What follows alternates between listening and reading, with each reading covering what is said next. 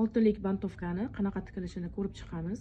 Matoni yuqori qismidan korsaj orqasiga necha santimetr qaytarilsa, o'shani dazmol yordamida sindirib olib boshlaymiz. Birinchi yonchogimizni necha santimetr yonchok tikilgan bo'lsa, o'shancha mana shunday orqaga qaytaramiz. Bunda bahrama tikilmaydi, o'sha variantni ko'rsatib o'tamiz.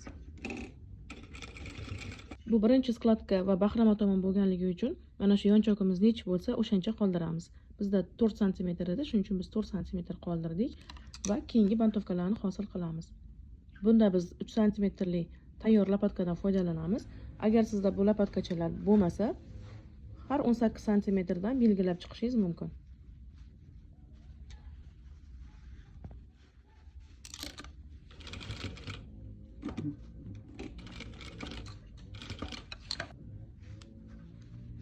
Tikish jarayonida tag qismlarini ham ustma-ust kelishiga alohida e'tibor beriladi.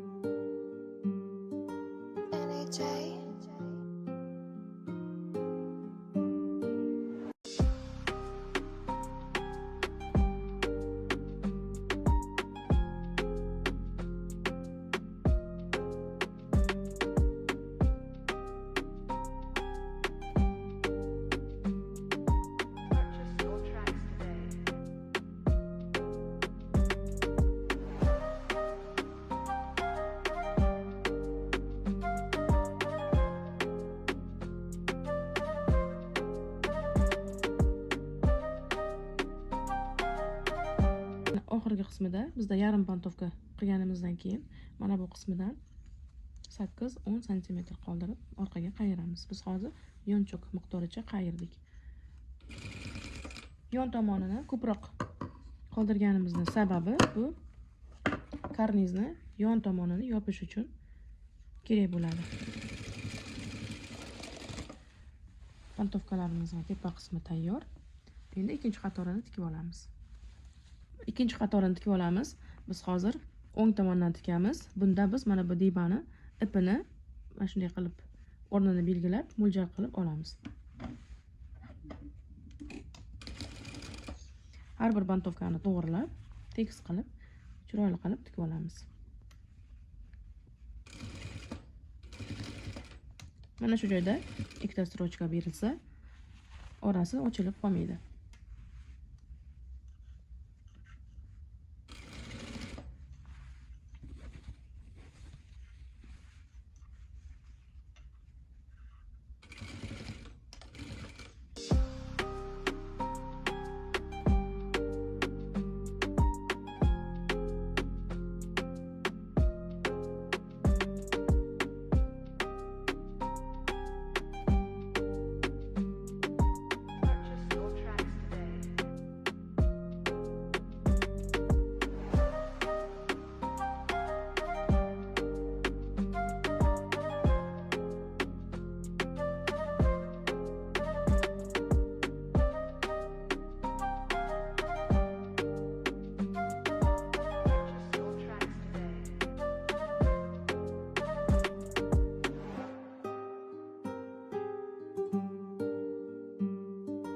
NHA